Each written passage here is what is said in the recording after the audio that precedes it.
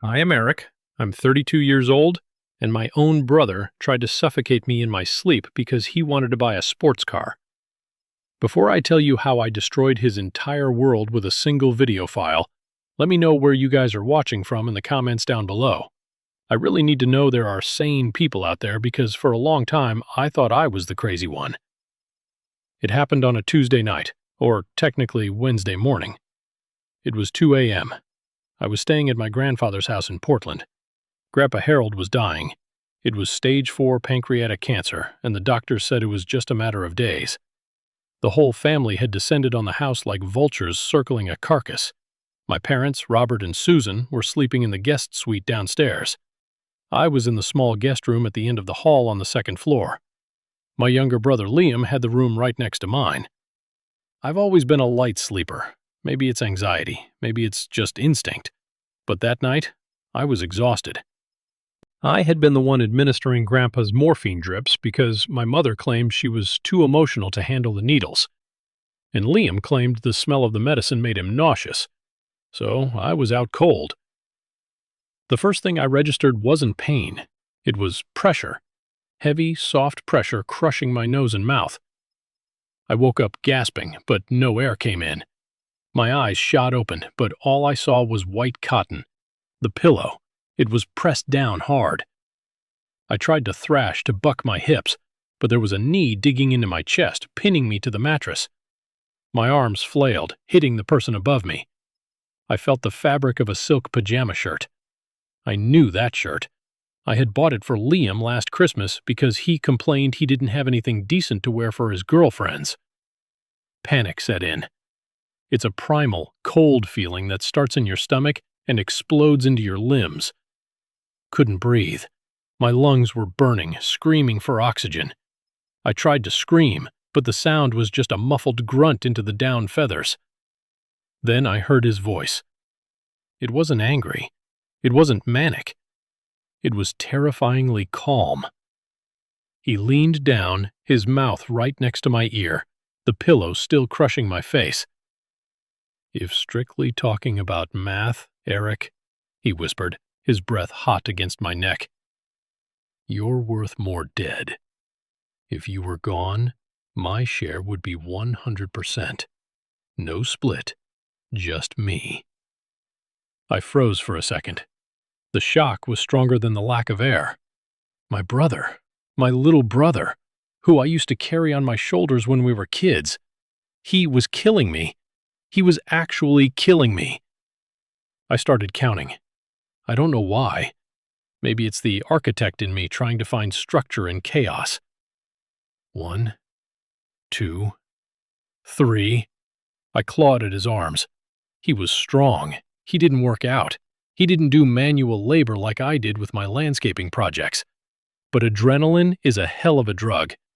He was fueled by greed. 15 seconds. My vision started to get spotty behind my eyelids, sparks of purple and red. My chest felt like it was going to cave in. 20 seconds. He shifted his weight, pressing harder. He was committing to it. He really was going to do it. He was going to kill me, right here with our dying grandfather just down the hall and our parents downstairs. 30 seconds. My movements slowed down. My brain was screaming, "Fight! Fight!" But my muscles were turning to jelly. The oxygen deprivation was hitting hard. I thought about my dog, Buster, waiting for me back in Seattle. I thought, this is it. This is how it ends, smothered by a pillow.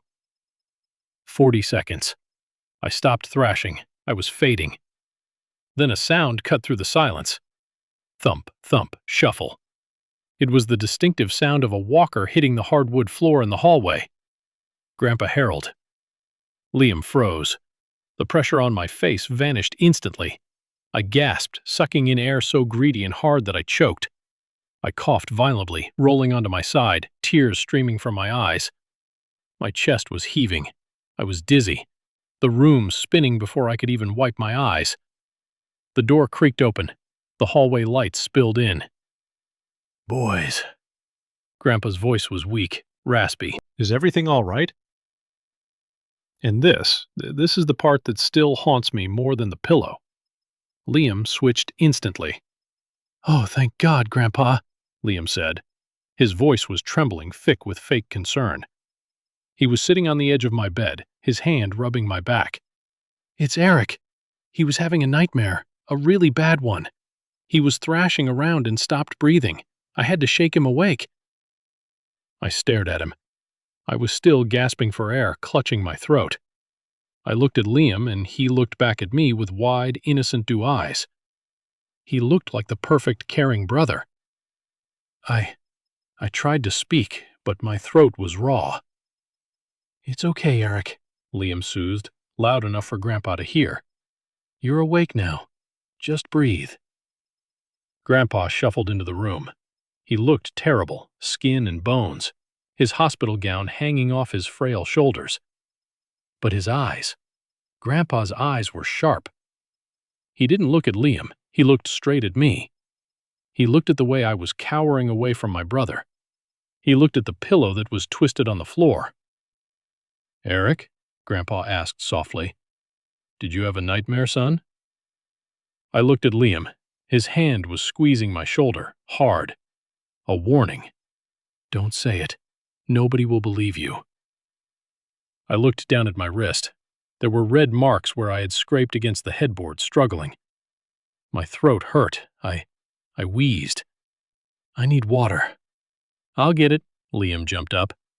The picture of helpfulness. "Go back to sleep, Grandpa. I've got him. I'm taking good care of him." Liam ushered Grandpa out of the room. I heard him whispering in the hall.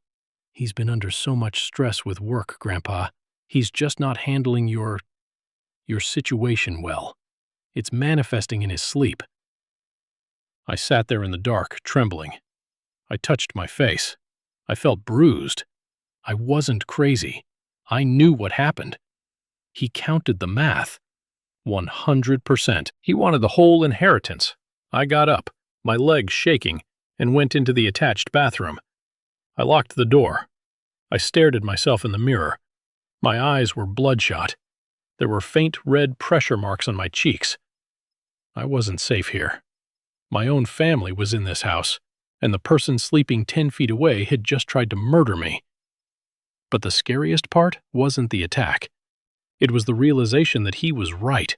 If I told Mom and Dad, if I told them right now that their golden child tried to kill me, they wouldn't believe me. They would say I was jealous. They would say I was making scenes while Grandpa was dying. I sat on the cold tile floor of the bathroom and cried, not out of sadness, but out of sheer, terrifying clarity. I was alone, but I was alive. And I knew something Liam didn't know. Grandpa Harold wasn't just a sick old man. He was sharp, and he had seen something in that room. I just hoped it was enough. To understand why my brother thought he could get away with murder, you have to understand the dynamic of the Perry family. I'm an architect, specifically a landscape architect. I design parks, public gardens, spaces where people can find peace. Fits, I guess. I've spent my whole life trying to create order and beauty because my home life was a chaotic mess of favoritism and neglect. Liam is 2 years younger than me. He's handsome, classic quarterback looks, charming smile, the kind of guy who can talk his way out of a speeding ticket. He's also never held a real job for more than 6 months. Growing up, it was subtle at first. If I got an A on a test, Mom would say, "That's nice, honey, put it on the fridge." If Liam got a C-, they take him out for ice cream to cheer him up because he tried his best. I became the invisible child, the self-sufficient one. I learned to cook my own dinner because Mom was busy driving Liam to soccer practice. I learned to fix my own bike. I learned that my needs were secondary to Liam's wants. The defining moment, the one that really severed the bond, happened when I was 18. I had been accepted into the University of Washington's architecture program. It was my dream. I had worked 3 summers mowing lawns and painting fences to save up, but I still needed help with the tuition for the first year. My parents had a college fund. They had talked about it for years. When the acceptance letter came, I put it on the dinner table, beaming. "Dad, Mom, I got in. I need to send the deposit check by Friday." My dad, Robert, didn't look up from his steak. My mom, Susan, sighed and put down her fork. "Eric, honey," she started that tone. "We have bad news, but we're going to frame it like it's your fault tone. We can't do the tuition right now." "What?" I felt cold. "But the fund, you said Liam needs a car," Dad said abruptly. I looked at Liam. He was 16. He was smirking, playing with his Game Boy. "He needs a car?" I repeated. "I need an education. He's 16. He needs to get to practice," Mom said defensively. "And it's dangerous for him to ride the bus. We found a great deal on a nearly new Mustang. It's safe, it's reliable." "A Mustang?" I stood up. "You're spending my college tuition on a Mustang for Liam?" "Don't raise your voice at me." Dad slammed his hand on the table. "It's our money, Eric. We do what's best for the family. Liam is sensitive. He needs independence. You're strong. You can work. You can take a gap year or take out loans. You're smart. You'll figure it out. Liam needs our help. I took out loans. Massive ones. I worked 2 jobs through college. I graduated with honors. Liam crashed the Mustang 3 months later while drag racing. They bought him another one." That was the pattern. I succeeded in spite of them. Liam failed because of them, and they rewarded him for it. But Grandpa Harold, he was different. Grandpa was a self-made man. He started with a single hardware store and built a small real estate empire in Portland. He was tough, quiet, and observant. He never said much during those Sunday dinners where my parents fawned over Liam, but he saw everything. One afternoon during my sophomore year of college, I came to visit him. I was thin, exhausted from working night shifts as a janitor. He handed me an envelope. Inside was a check for $10,000. "For school," he grunted. "Grandpa, I can't take it," he snapped gently. "And don't tell your parents.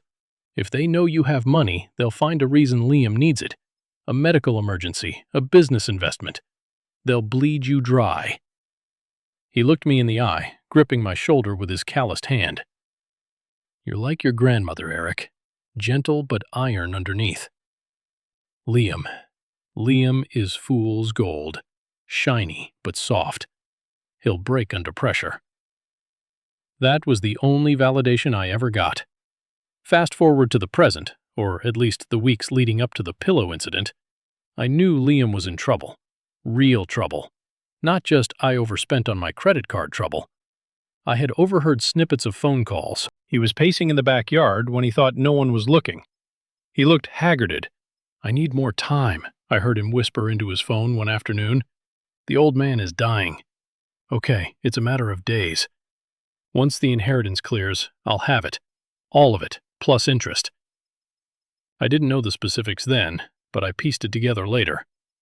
Liam had gotten involved with some bad people. He had rented a Lamborghini Aventador from a shady, off-the-books rental agency to impress a girl in Vegas. He didn't have insurance. He was driving drunk. He totaled it. The car was worth $500,000. The people he rented it from weren't the kind who sued you. They were the kind who broke your legs and then moved on to your family. He needed money fast. Grandpa's estate was worth millions. The house, the stocks, the land. But here's the kicker. Grandpa had been changing his will.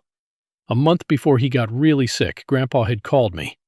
"Eric," he had said over the phone, "I'm making changes. I'm tired of watching your parents pour water into a bucket with a hole in the bottom. Liam is a black hole." I didn't ask what he meant, I just listened. "I'm setting up a trust," he said. "Controlled, strict." I assumed he meant he was locking Liam's share up so he couldn't spend it all at once. I didn't realize how drastic the changes were. But Liam must have suspected, or maybe he just did the math. If Grandpa died, the estate would typically be split between his children. My dad would get it. Dad would give it to Liam. But if the will skipped a generation, if it went to the grandkids, if it was split 50-50 between me and Liam gets half. But if I wasn't there, if I died, Liam gets 100%. That night in the bedroom with the pillow over my face, he wasn't just a jealous brother. He was a desperate man with a death sentence hanging over his own head, deciding that my life was the price for his survival. The morning after the attack, I knew I had to get out, but I also knew I couldn't leave Grandpa. Not yet. I walked down to the kitchen. It was 7 a.m. My neck was stiff, my eyes were puffy. Mom was at the stove making pancakes. Liam was sitting at the table drinking coffee, looking fresh and rested. He was scrolling on his phone, chuckling at a meme. The sight of him made me physically ill.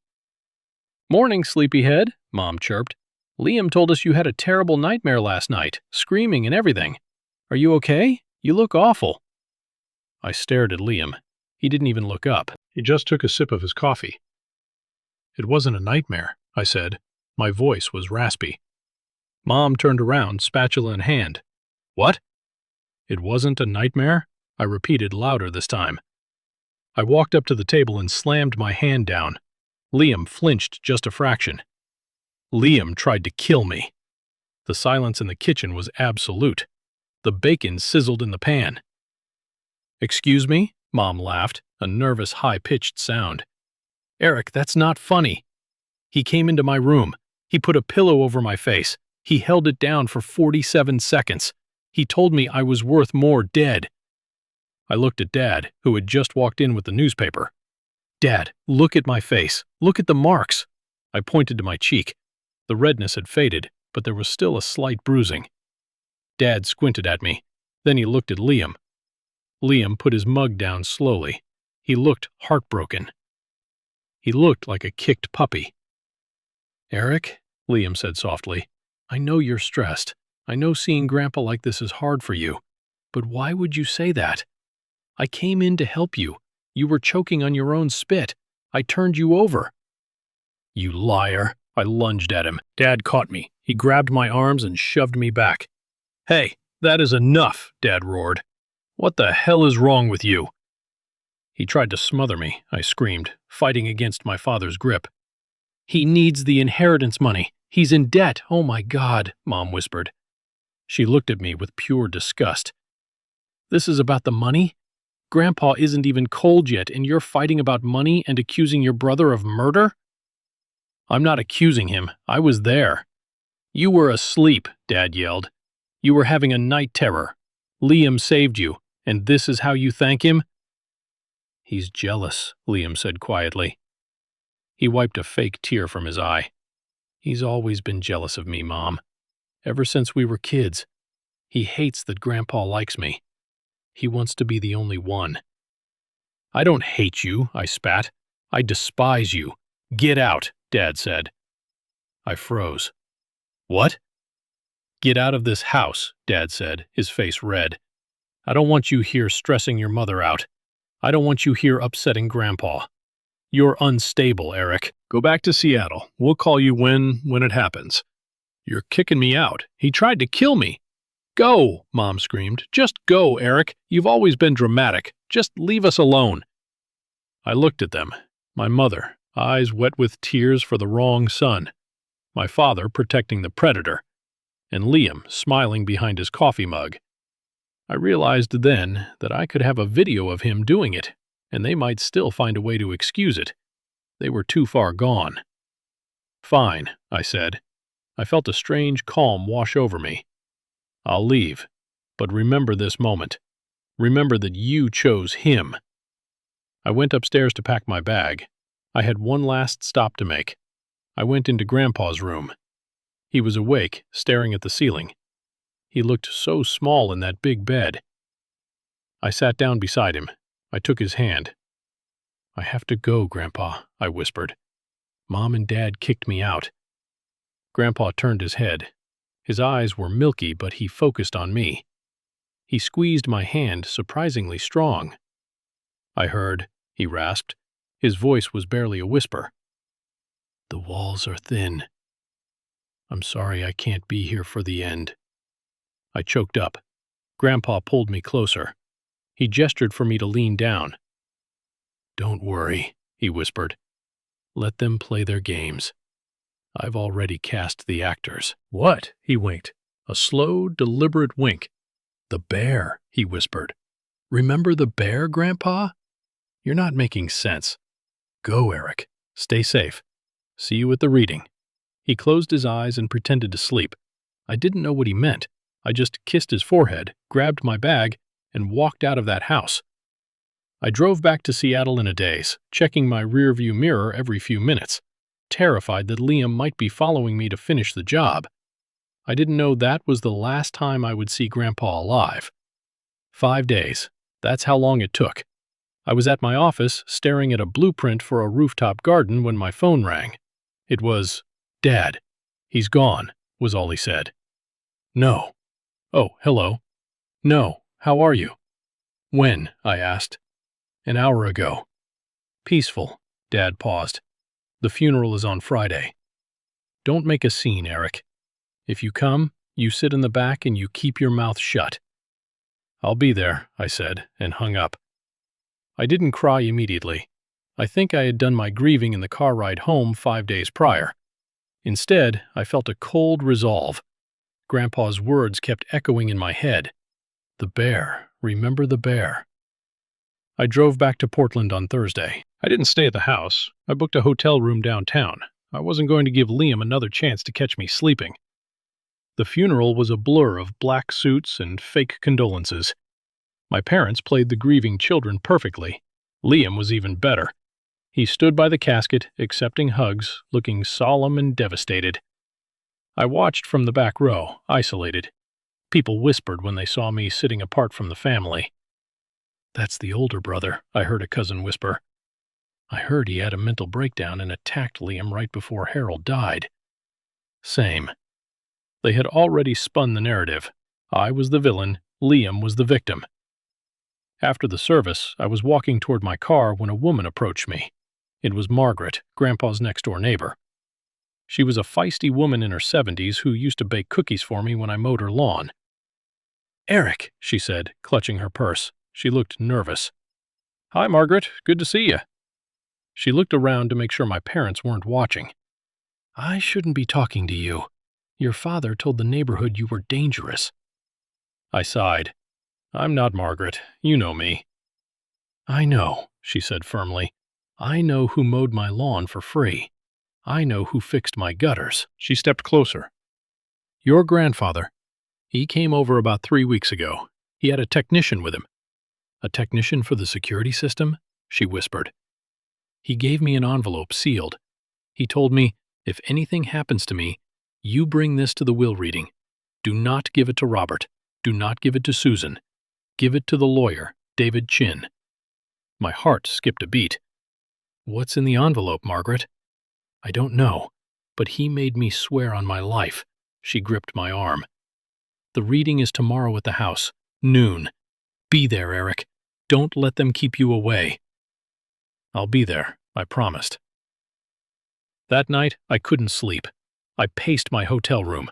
I realized what Grandpa had done. He knew. He knew about the money.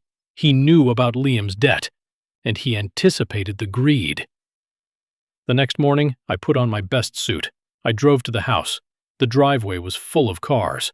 A shiny new Porsche was parked right in the front, a loaner presumably. Or maybe Liam was counting his chickens before they hatched and had leased it on credit. I walked to the front door. It was locked. I rang the bell. Mom opened it. Her face hardened when she saw me. "We didn't think you'd come. I was invited by the executive," I said, holding up an email from David Chan, the lawyer. She stepped aside reluctantly. "Just stay in the corner."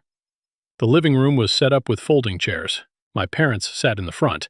Liam was next to them, looking bored but confident. He was texting, probably his bookie. David Chun sat at the head of the room behind a mahogany desk. He was a sharp man, impeccable suit, glasses. He looked up when I entered and gave me a curtain nod. "Good, everyone is here," Mr. Chen said. "Can we make this quick?" Liam asked, slipping his phone into his pocket. "It's been a hard week." "We just want to get closure." "Closure," Mr. Chun repeated. He had a strange look on his face. "Yes, we will certainly get closure today." "Where's the will?" Dad asked. "I assume it's standard. Split between me and Susan." Mr. Chun opened his briefcase, but he didn't pull out papers. He pulled out a laptop and connected it to the large flat-screen TV mounted above the fireplace. Mr. Perry made significant changes to his will 1 month ago, Mr. Chun said. He also left specific instructions that this video be played before the reading of the assets. A video tribute? Mom dabbed her eyes with a tissue. Oh, Dad, that's so sweet. Liam shifted in his seat. He looked uneasy. Is this necessary? Can't we just read the document? It is mandatory, Mr. Chun said. He pressed a button. The screen flickered to life. It wasn't a professional tribute video. It was grainy footage, high angle, black and white. I recognized the room instantly. It was the living room we were sitting in right now. What is this? Dad asked. Security footage, Mr. Chun said, from a hidden camera installed inside the grandfather clock. On the screen, 2 figures walked into the frame. It was Liam and a man I didn't recognize. Big tattooed, wearing a leather jacket, Derek, Liam's friend, aka his dealer, Loan Shark. The timestamp was 3 weeks ago. You got the stuff? The man asked on the video. Yeah, Liam's voice came through the speakers clearly. I've been slipping it into his tea, just enough to keep him confused, keep him weak. The room went deadly silent. My mother gasped, her hand flying to her mouth. When's he going to kick it? Derek asked. My boss is getting impatient, Liam. That Lambo wasn't a toy. Soon, Liam said on screen. He was laughing. The old bastard is tough, but once he's gone, I get half of everything. Dad will give it to me. He always does. Half isn't enough to cover what you owe, plus the VIG, Derek said. Then I'll get all of it, Liam said. Eric is coming to visit. Maybe Eric has an accident. Maybe Eric gets depressed and leaves. If Eric is out of the picture, I get 100%. Turn it off, Liam screamed in the real room. He jumped up, his face pale as a sheet. This is fake. This is AI. He faked it. Sit down, Mr. Perry, Mr. Chin boomed. No, I'm leaving. Liam turned to run, but the front door opened. 2 uniformed police officers stepped in. Officer Miller, a family friend, looked grim. Sit down, Liam, Officer Miller said. You can't do this, Liam yelled. Watch, Mr. Chun commanded. The video cut. New footage appeared. This time it was color. It was night vision. It was my bedroom. My stomach dropped. The camera angle was from the bookshelf, from inside the teddy bear Grandpa had given me as a joke gag gift years ago. The bear on the screen. I was sleeping. The door opened. Liam crept in. He looked frantic. He stood over me for a long time. Then he grabbed the pillow. The entire room watched in horror as my brother, the golden child, pressed the pillow over my face. They saw my legs thrash. They saw my hands claw at his arms. They heard the audio. It was crystal clear. If strictly talking about math, Eric, you're worth more dead. My mother let out a sound I will never forget. It was a wail, a primal, broken sound of a woman, realizing her entire reality was a lie. She slumped forward, burying her face in her hands. Dad was frozen. He stared at the screen, mouth open, watching his favorite son try to murder his other son. Then the footsteps, Grandpa's walker, Liam pulling the pillow away. The instant transformation into the caring brother. The video ended. The silence in the room was heavier than the pillow had ever been. Mr. Chun closed the laptop. He looked at Liam, who was now trembling, backed against the wall by the police officers. Mr. Harold Perry knew you were poisoning him, Mr. Chan said calmly. He stopped drinking the tea weeks ago. He died of cancer, Liam, not your poison. But he lived long enough to make sure we got this. Mr. Chun turned to my parents. The will states that any beneficiary who attempts to harm another beneficiary is automatically disinherited. Furthermore, because of the evidence of attempted murder and elder abuse, he looked at me, Eric Perry is the sole beneficiary of the entire estate, the house, the funds, the land, everything. Let's rewind slightly just for a moment to explain the atmosphere right before that video played. I want you to feel the tension. Before Mr. Chun opened that laptop, the arrogance in the room was suffocating. Liam was practically spending the money in his head. He had looked at me, smirked, and mouthed the word loser. My parents were discussing renovations. "We'll tear down the sunroom," Mom had said to Dad, loud enough for me to hear. "It's too drafty. And maybe we can help Liam with that investment property he wants." They were carving up the carcass before the funeral dirt had settled. They treated me like a ghost. I sat there, clutching the arms of my folding chair, heart hammering, wondering if Margaret had actually delivered the envelope, wondering if Grandpa's bare comment was just a hallucination of a dying man. I felt small. I felt like the little boy who didn't get the tuition money. But when Mr. Chun looked at me, there was a spark, a tiny nod. It was the moment I knew I'm not crazy.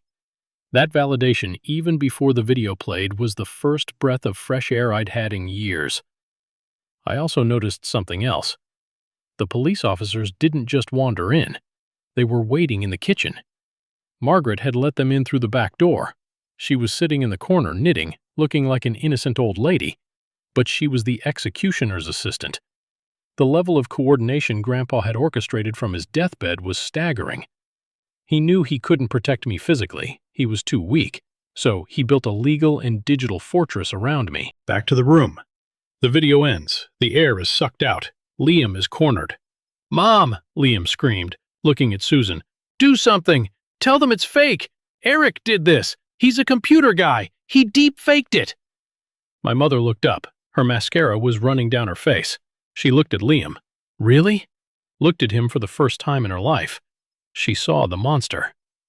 "You," she whispered. "You said he had a nightmare." "He did," Liam lied, desperate.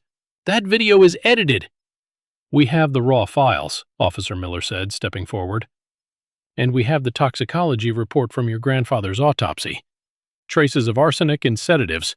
Low levels, but they were there." "Arsenic." Dad stood up. He looked like he was going to vomit. "You poisoned your grandfather." "I needed the money," Liam cracked. He screamed it. "I needed the money." "Okay. Those guys were going to kill me. You guys wouldn't give me enough. You gave me the car, but you didn't give me cash. It's your fault." He pointed at Mom and Dad. "You made me this way. You always gave me what I wanted, and when I needed real help, you just bought me toys. It's your fault." That was the dagger. Liam, in his final moment of freedom, blamed the very people who had enabled him. Officer Miller grabbed Liam's wrists. "Liam Perry, you are under arrest for attempted murder, elder abuse, and suspicion of homicide." They clicked the handcuffs on. I watched. I didn't say a word. I didn't need to.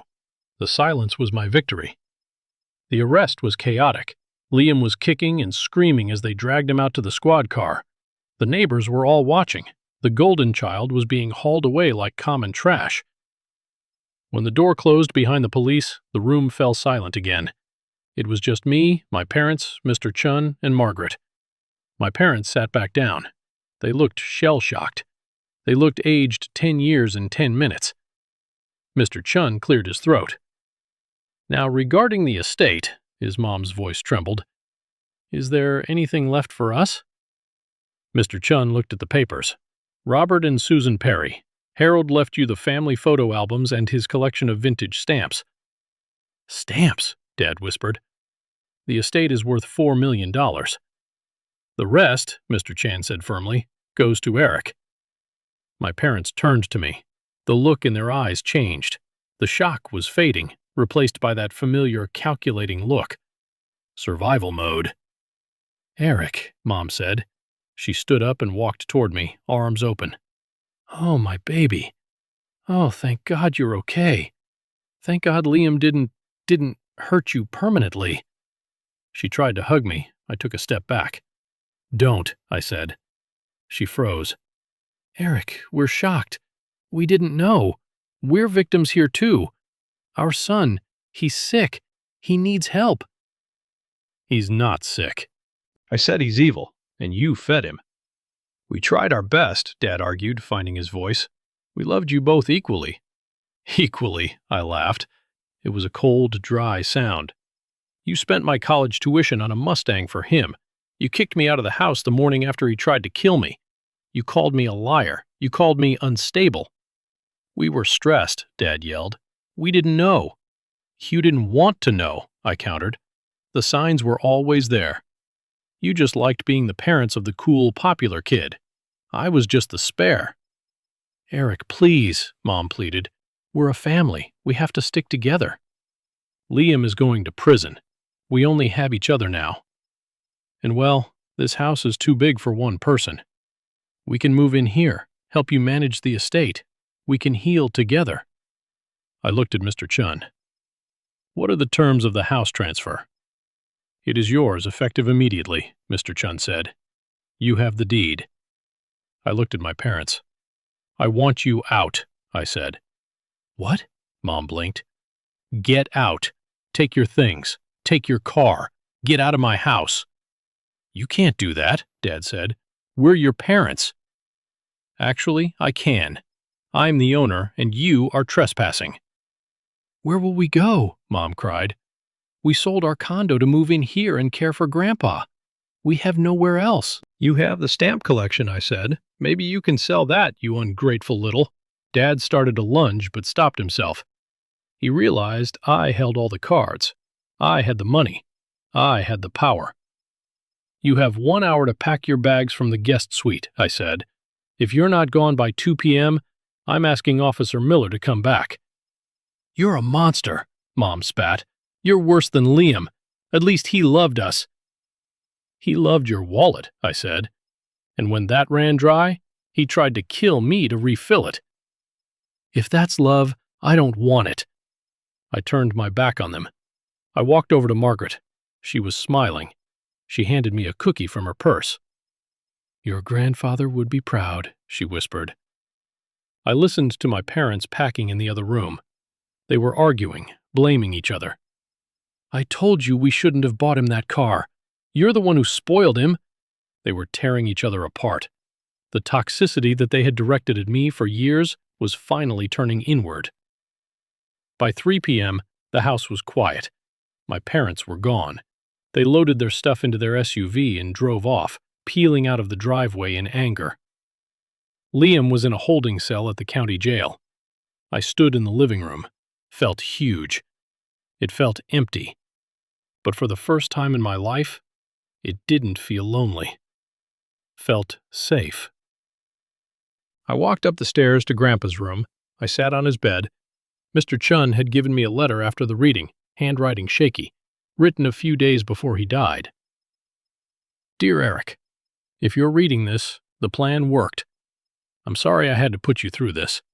I'm sorry I couldn't be the father figure you needed earlier. I tried to keep the peace, but peace at the cost of justice isn't peace. It's surrender. The house is yours. The money is yours. But don't let it anchor you. Use it to build something beautiful. Design those gardens you talk about. Create spaces where people can breathe. Your parents, they aren't bad people, perhaps, but they are blind, and I couldn't let their blindness kill you. You're the gentle one, Eric. But remember, the gentle ones are the most dangerous when pushed, because they have nothing to lose. Love, Grandpa.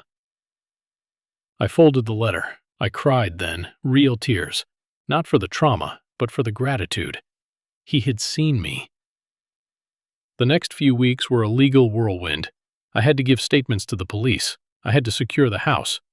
Liam's lawyer tried to reach out for a plea deal, asking for leniency from the family. I told the DA to prosecute to the fullest extent of the law. There would be no leniency. My parents tried to call. I blocked their numbers. They sent emails. I set up a filter to send them straight to trash. I heard through the grapevine, Margaret, that they were staying at a Motel 6 on the outskirts of town. Their friends had abandoned them after the news of the attempted murder and the poisoning came out. Their reputation was ruined. They were just the parents who raised a monster. As for me, I kept my promise to Grandpa.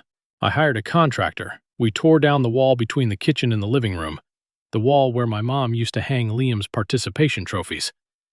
I opened up the space. I let the light in. I sat in the garden I designed in the backyard, watching the sunset.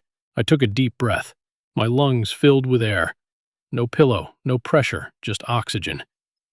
It has been exactly 365 days since the police lights flashed in my driveway.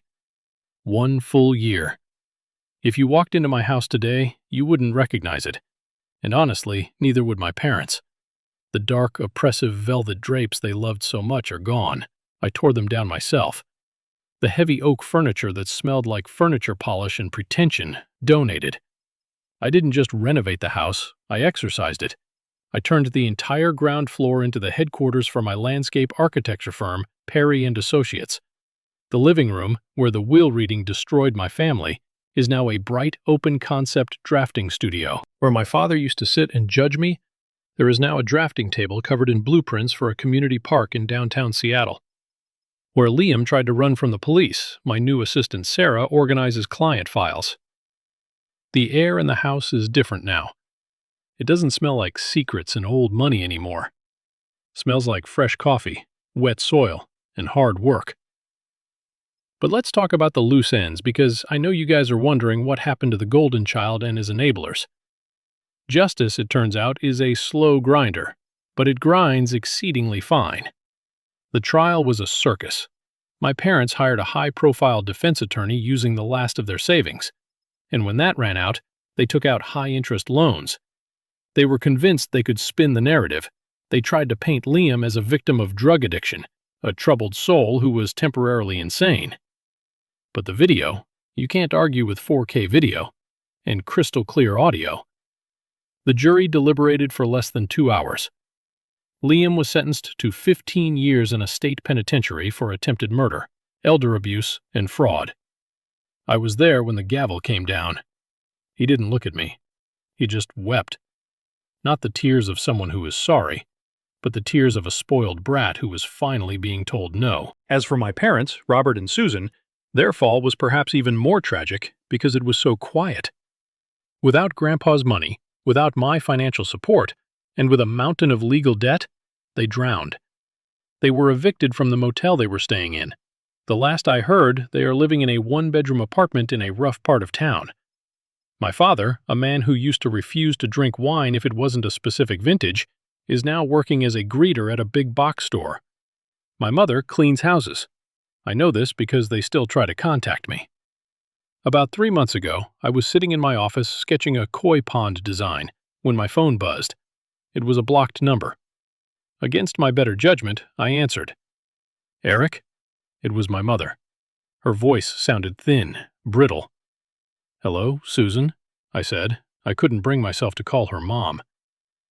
"We saw your interview," she said, "in the Architecture Digest. The house looks different."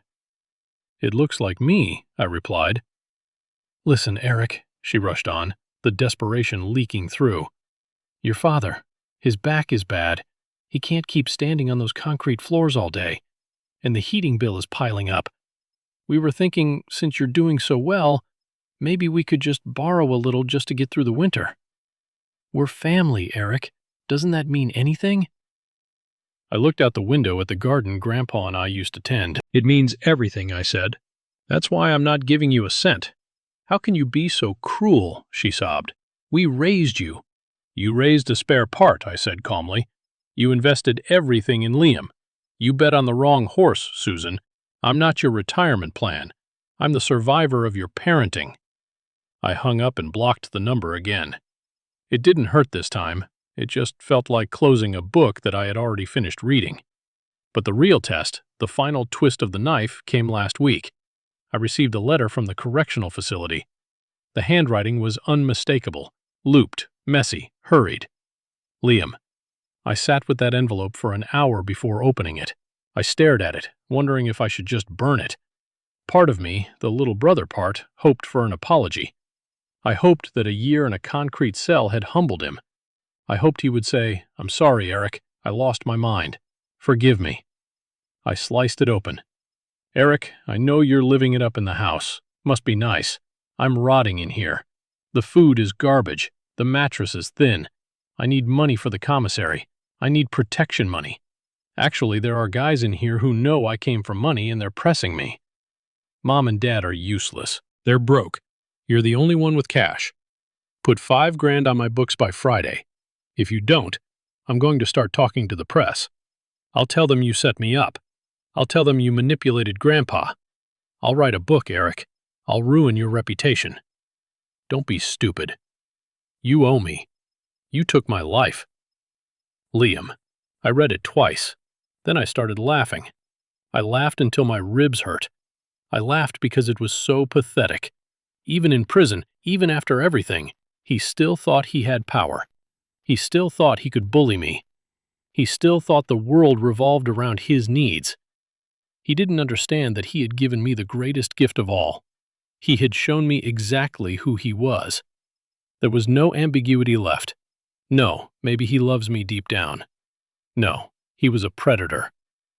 I walked over to the fireplace, the one in the living room where we used to hang stockings for Christmas. I lit a match.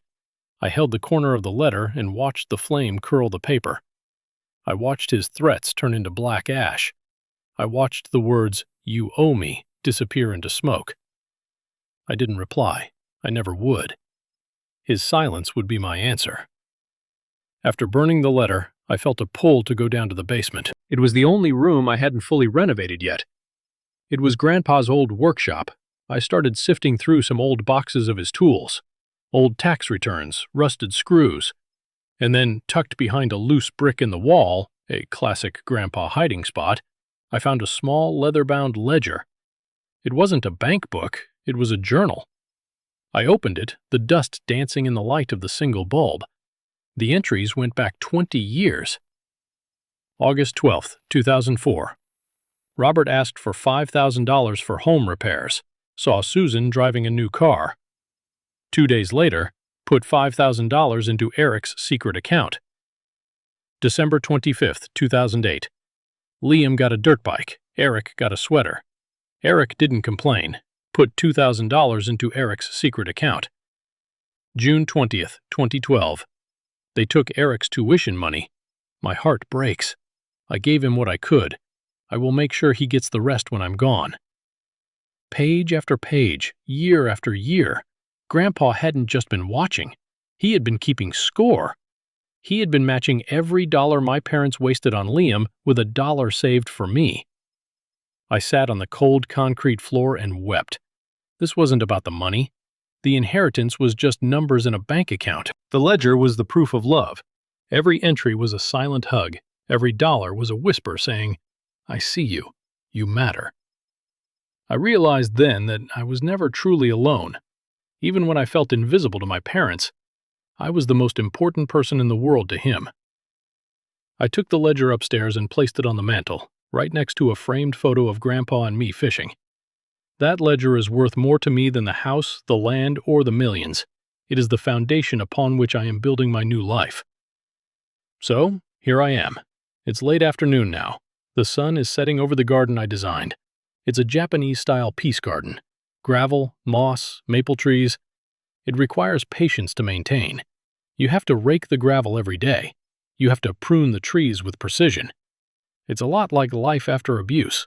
It requires constant maintenance. You have to rake away the bad thoughts. You have to prune the toxic people. I'm sitting on the wooden bench Grandpa liked. My dog Buster is chasing a butterfly near the pond. Sometimes in the quiet moments, I still feel the phantom pressure of a pillow on my face. I wake up gasping for air. The trauma doesn't just vanish because you won the court case. It lingers in your nervous system. It hides in the dark corners of your sleep. But I'm learning to breathe again. I've started therapy.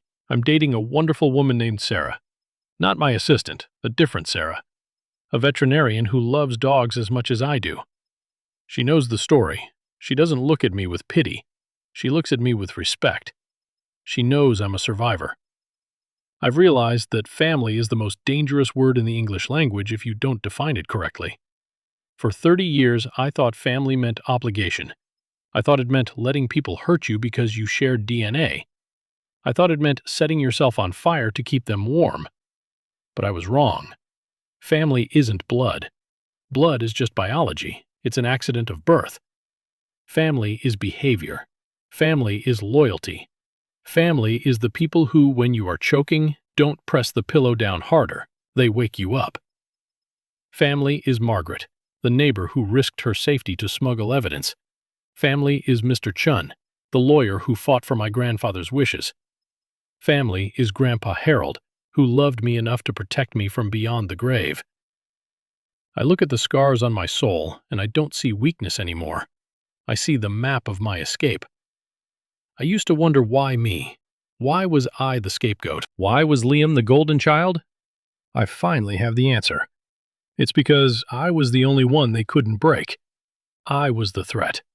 My independence, my resilience, my ability to be happy without their validation, that terrified them. Liam needed them. He was a parasite, and they were the host. I was a separate organism, and they tried to crush me because I reminded them of their own failures. If I hadn't gone through the fire, I wouldn't be the man I am today. I wouldn't have the steel in my spine. I stood up and walked to the edge of the pond. The water reflected the sky, a brilliant mix of orange and purple. I pulled out my phone. I had one last thing to do. I scrolled to the contact Liam one last time. I hit delete. Then I scrolled to Dad, delete. Mom, delete. Gone. I put the phone in my pocket, whistled for Buster, and walked back toward the house. My house. My sanctuary. The lights in the studio were glowing, warm and inviting. I had work to do. I had a life to live. And for the first time in 32 years, that life belonged entirely to me. Friends, before we go, I want to take a moment to really talk to you about what we can learn from this. My story is extreme. Attempted murder is rare, but the dynamics behind it are incredibly common. There is a lesson here about boundaries and toxic loyalty. Many of us are taught that we must forgive family no matter what, we are told. But she's your mother, or he's your brother. This creates a dangerous trap. It makes us tolerate abuse, manipulation, and financial exploitation because we are afraid of breaking that sacred bond. But here is the truth I learned the hard way. You are allowed to divorce your family. You are allowed to cut ties with people who drain your spirit, even if you share a last name. Setting a boundary is not an act of hate. It is an act of self-respect. If someone constantly demands you sacrifice your happiness for their comfort, that is not love, that is usage. My grandfather knew this. He knew that protecting meant cutting them off. Don't wait until there is a pillow over your face to realize you are unsafe. Trust your gut. If you feel invisible, if you feel used, acknowledge it. You have the power to walk away. You have the power to build your own chosen family. I really want to hear from you guys now. Does this resonate with you? Have you ever had to make the hard choice to distance yourself from a toxic family member to save your own sanity? Or maybe you had a Grandpa Harold in your life who saved you. Please share your perspective in the comments.